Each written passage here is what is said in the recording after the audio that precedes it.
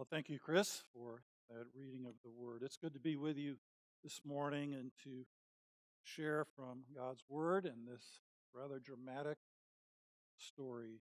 You know, it seems like hardly a year goes by that we don't hear some shocking, terrible news. And after we've kind of absorbed the shock, then, unlike most other shocking news, we get sort of a sick feeling in the pit of our stomach. And I'm not talking about an earthquake or a forest fire or a hurricane. I'm talking about the tragedy that happens when a servant of God falls.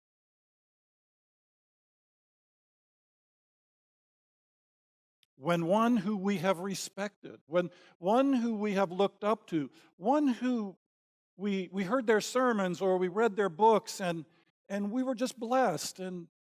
And then we find out that this person has failed miserably, had to be removed from their position, had to be disciplined. And in the wake of that, so much pain and destruction. It's not just mega church pastors, although they're the ones that make the headlines.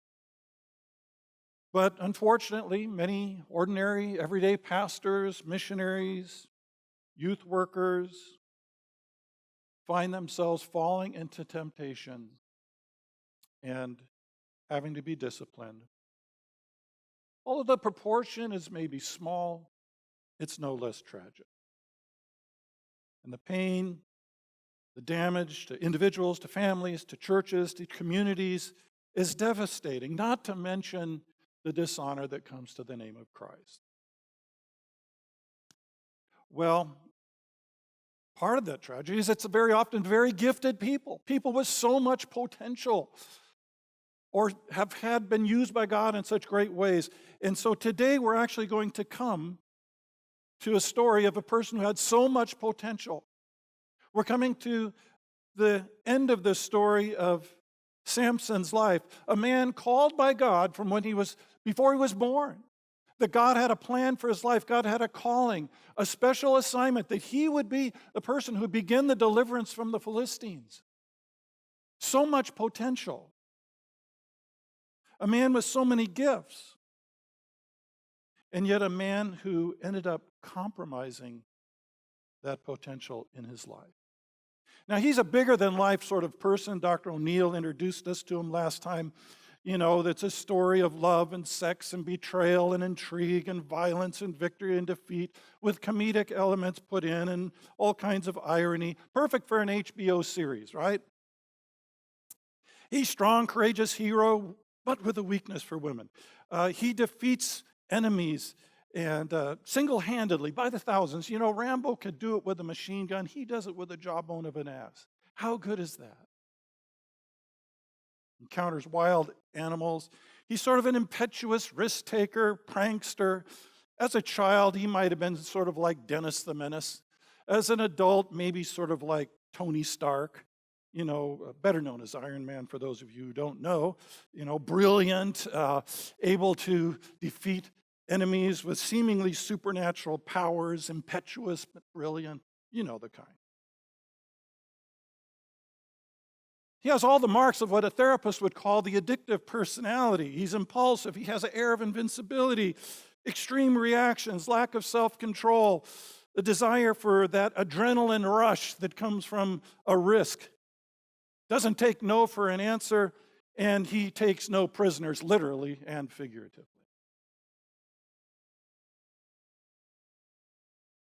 So there's those moments of strength, but those terrible moments of weakness.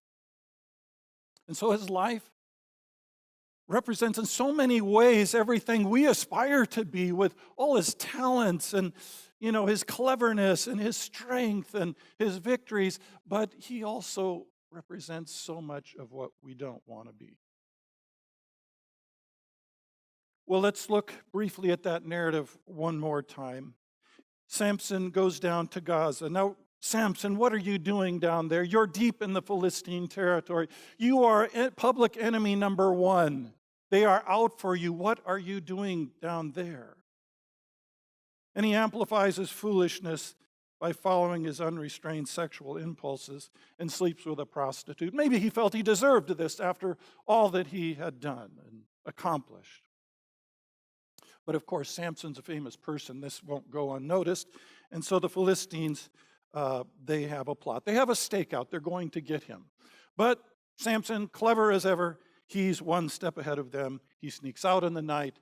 And of course, the city gates had been closed to prevent people from coming and going, but this is no hindrance for Samuel. So he not only escapes, but he tears up the gates of the city. He takes out the posts and the hardware, and he drags it outside of the city, puts it up on a hill, and sort of figuratively giving a middle finger to his assassins. Over the top, typical Samson. Not enough just to escape with his life. And a nice little ego boost, maybe, on top of it. So he escapes death.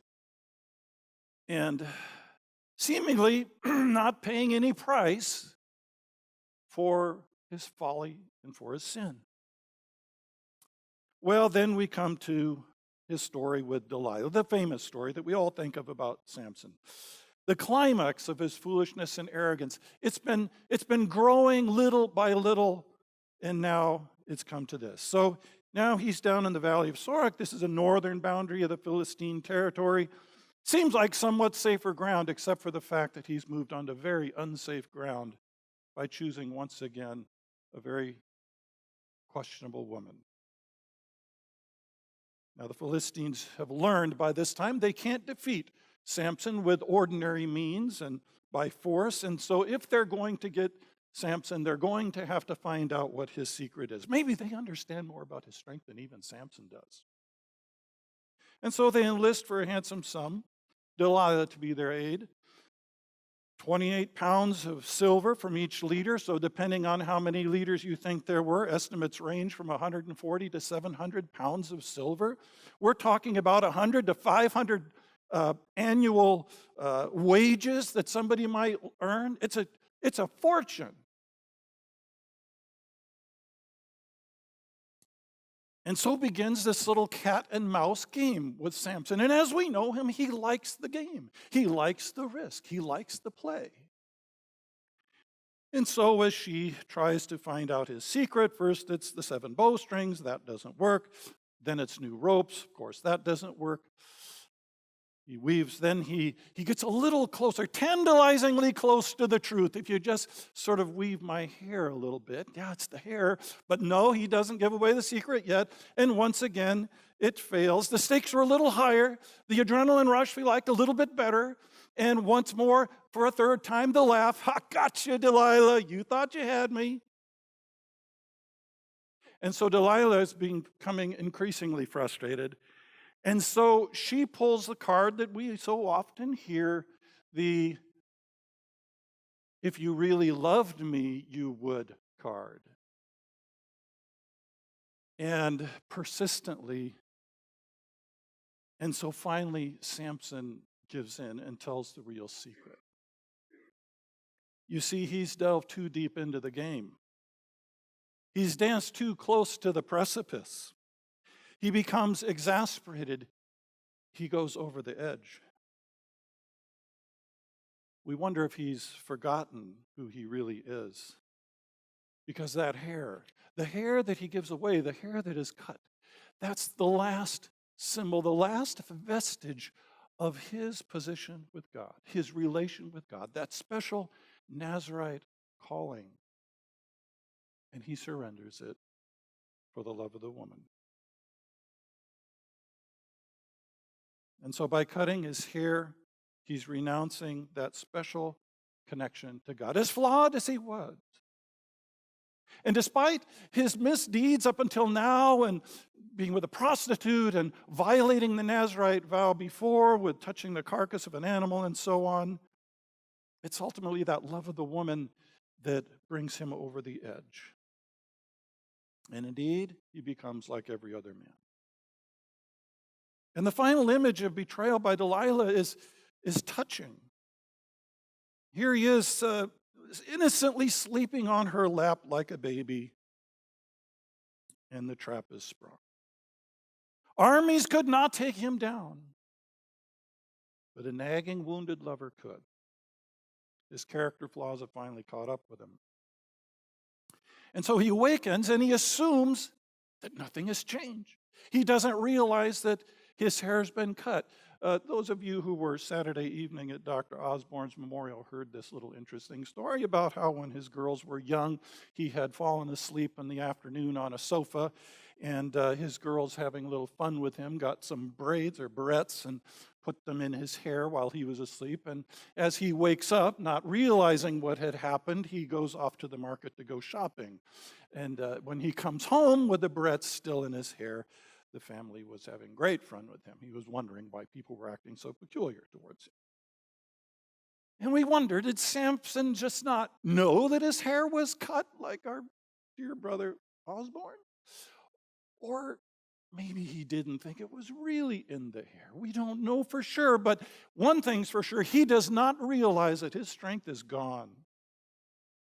He did not know, and these are these really scary words, he did not know that the Lord left him, verse 21. Those are very scary words for anyone who wants to serve God. So his humiliation is great. He goes from being the feared and invincible one to being blinded and bound like a slave by pagan enemies and grinding grain in a prison like an ignorant muzzled ox. And if that disgrace were not enough, his enemies are now giving glory to their god Dagon. And so it would appear that the idol, the false god, has now had the victory. Where is Yahweh in all this? And the irony is heightened. They are singing his praises to Dagon. Oh, our God has delivered our enemy into our hands, the one who laid waste our land and multiplied our slain. Odd that Samson was not singing God's praise like that when the Lord had given him the victory. The irony is piercing.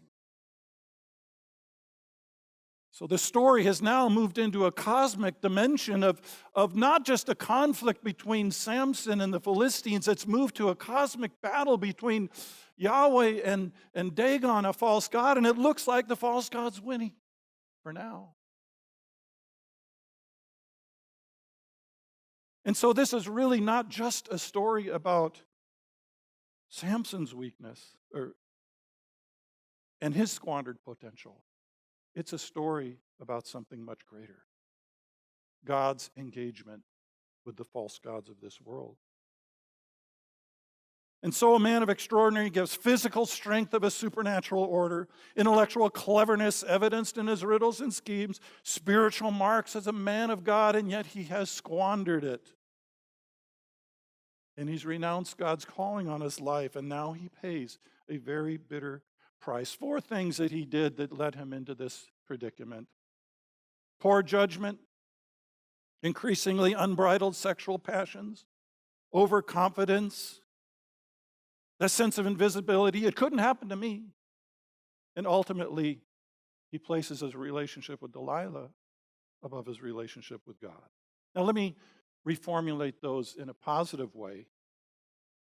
First of all, we have to be wise.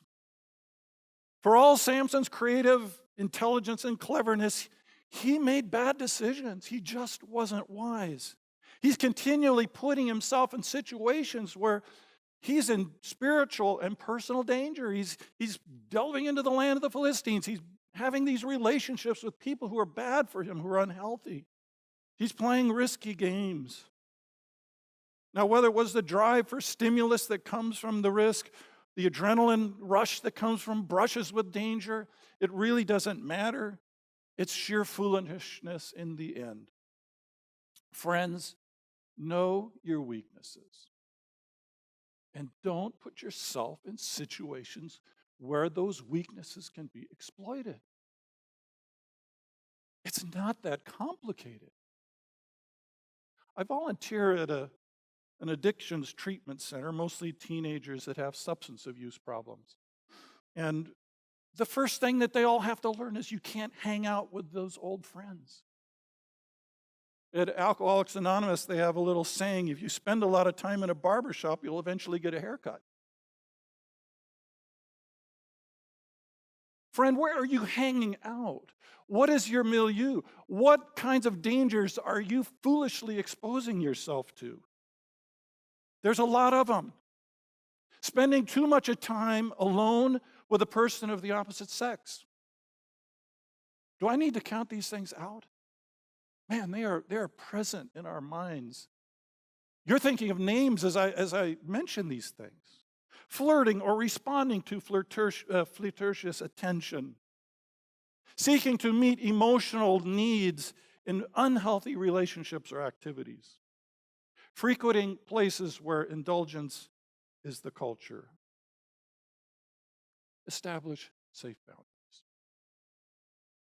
1 Peter 5:8, be alert and be sober mind. Because your enemy, the devil, is prowling around like a roaring lion looking for someone to devour. Friends, that's spiritual reality right there. It is a spiritually dangerous world, and we have to be wise. Jesus put it even more radically. If your eye causes you to stumble, pluck it out. So know your weaknesses. Avoid dangerous places. Be wise. Second, we need to bridle our passions. That may be the most obvious one. For all Samson's physical strength, he does not have the strength to bridle his passions. Now, sexual passions aren't the only passions that can get us into trouble, but the reality is, in our world today, it certainly is perhaps the one where most fall. Some have said we live in this overly sexualized society. Some have called it the pornification of society. And I'm not just talking about the $14 billion pornography industry. I'm talking about how sexuality has just permeated every dimension of our society, the images, the values, the motivation, the sense of entitlement that we should and must be able to fulfill these desires in any way that seems to be satisfying. According to Barna Research, in 2016, over 21% of youth pastors and 14% of pastors admit they currently struggle with using pornography. Now, friends, that's 1 out of 5 youth pastors. That's 1 out of 7 pastors, and that's assuming they're all telling the truth. We've got a problem. I served for several years on the board of ministerial standing of the Evangelical Free Church of America. Now, we had the joyful obligation of examining ordination papers and documents as men and women are entering into the ministry. But we also had the not-so-joyful obligation of dealing with disciplinary issues. Ministers who have to be removed from ministry. And I want to tell you, reading those letters and reports, hearing the stories, they are absolutely heart-wrenching. Marriages that are destroyed, they're not coming back. Gifted people whose ministries are wiped out. Churches that are split. Disgrace in the community. The destruction is devastating. I don't want any of you in this room to have your name end up on that kind of a list.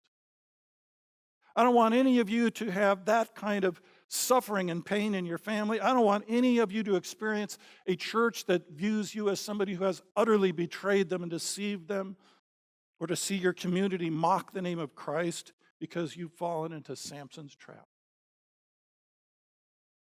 But it happens. And so I beg of you, if you are struggling with an addictive behavior, if you're in an unhealthy relationship, please get help. Please, we have a counseling center here. People can help you. Because if you wait and you think that you can just somehow push that off, and someday maybe when you graduate or you get in a different place or something, that somehow that's going to go away. I can only tell you the pain's going to be worse. Not just the embarrassment, but the damage. Which brings us to a third point. Know that you too are vulnerable. Yes, you too are vulnerable. See, that was the thing with Samson. He could, he could have these compromises in his life, and it just seemed like God just kept being with him. He keeps having the victories. He's able to get his neck out of the noose. He just kind of assumes he can just kind of cruise along with that kind of a lifestyle, and somehow things will just stay the same, but they didn't. It finally caught up with him. And no, you are not invincible either. My character flaws will catch up with me, and yours will catch up with you. And by the way, when you hear of some great man or woman of God who has fallen, don't look down on them. Don't cluck your tongue. Don't shake your head. Because it could be you. I remember when a leader in an organization I served had a severe fall. Terrible. The initial action is, well, how could that happen to that person? How could they give themselves in that situation? Didn't they know? I mean, did they really think they could get away with it, etc.? You're asking these kind of questions. It's just so shocking. But then the more I thought about it, I said, if that happened to him, that can happen to you. Therefore, by the grace of God, go I. Friends, we're all vulnerable.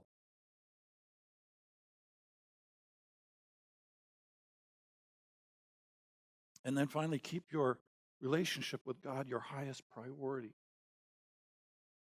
You see that cutting of the hair, we kind of laugh at these little stories. They don't seem to make much sense, sort of magical little things. No, that uncut hair, this was the sign of him being the Nazarite, that he was devoted to God. And though he had compromised so many times, this time, this was the ultimate compromise. She was more important.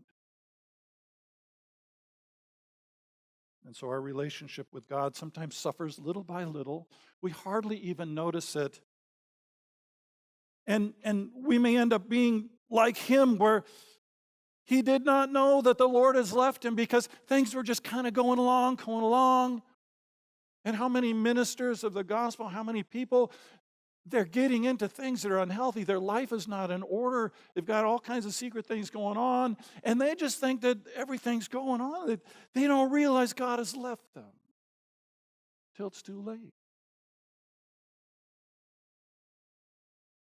We have got to cast ourselves totally and utterly on the grace of God daily. I wish I had a better message. By the way, I do, because I haven't given you the end of the story. The story actually does not end well for Samson, but it ends well for the Lord. Samson's still kind of praying a prayer, well, Lord, give me my strength back so I can have revenge. It's kind of still about him. And I honestly don't know how he ended up in that Hebrews Faith Hall of Fame. I asked Dr. Younger, he's right down here. He'll explain all of that to you. I don't know, but God still fulfilled his calling on his life. God was faithful.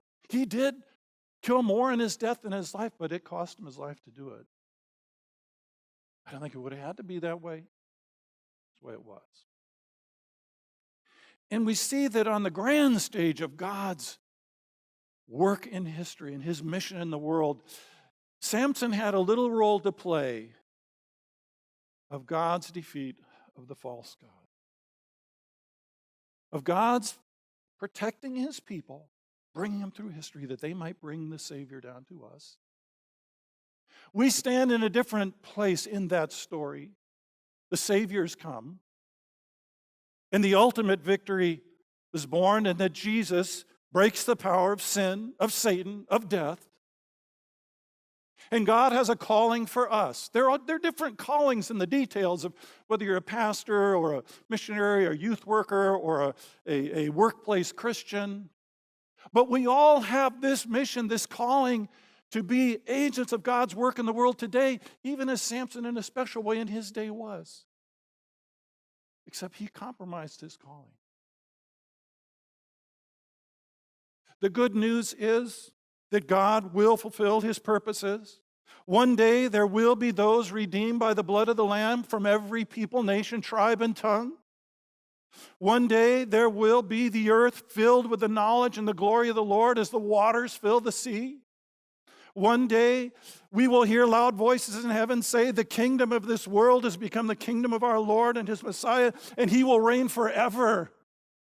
God will do this. There's really only one question. Will you fulfill your calling in that mission? Will you be his instrument in your time and your place where you are? Will you learn from Samson? I don't have any guarantee that God will give me the kind of second chance he gave Samson. And so I call myself, I call you, whatever your specific gifts or talents, whatever your station in life, whatever your context of service, fulfill your calling. Don't compromise it. Be aware of your weaknesses and make wise decisions. Bridle your passions and please get help if you're struggling. Remember that you too are vulnerable and make your relationship with God your highest priority. And so fulfill your calling in life as one of the people on mission with God.